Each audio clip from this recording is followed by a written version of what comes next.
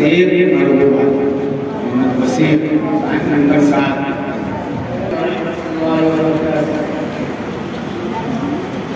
الحمد لله رب العالمين، والصلاة والسلام على سيد المرسلين وعلى آله وأصحابه أجمعين، أما بعد. أعوذ بالله من الشيطان الرجيم، بسم الله الرحمن الرحيم. أولئك الذين امتحن الله قلوبهم للتقوى لهم مغفرة وأجر عظيم.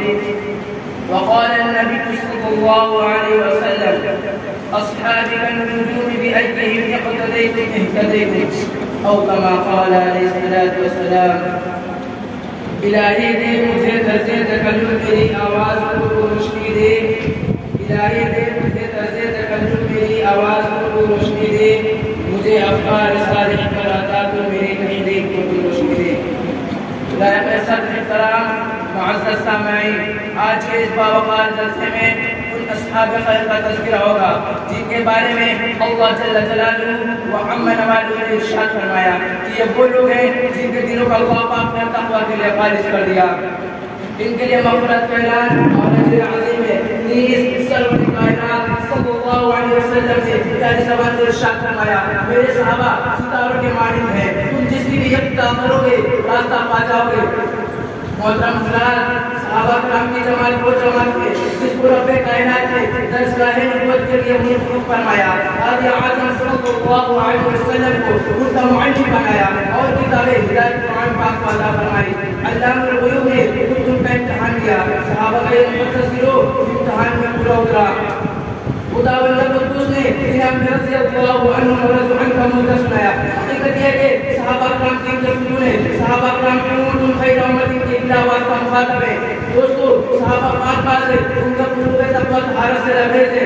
قرآن پاک میں جا بجا اللہ نے ان کی تعریف فرمائی ہے. قرآن پاک کی تعریف میں رب النساء نے کہیں فرمایا اولئک هم المفلحون، کہیں فرمایا اولئک هم الراشدون، کہیں فرمایا اولئک هم الصادقون، کہیں فرمایا حدیث پاک میں رسول اکرم صلی اللہ علیہ وسلم نے ارشاد فرمایا، بخاری شریف کی روایت ہے: اگر تم میں سے کوئی شخص احد پہاڑ کے برابر رسول کر دے تو صحابہ کرام کے ایک پاؤں کے برابر نہیں. اللہ اکبر. ملت اسلامی کے جانو، صحابہ واجب الاحترام ہے، ان کا تذکرہ اچھائی کے ساتھ کرنا لازم اور ضروری ہے.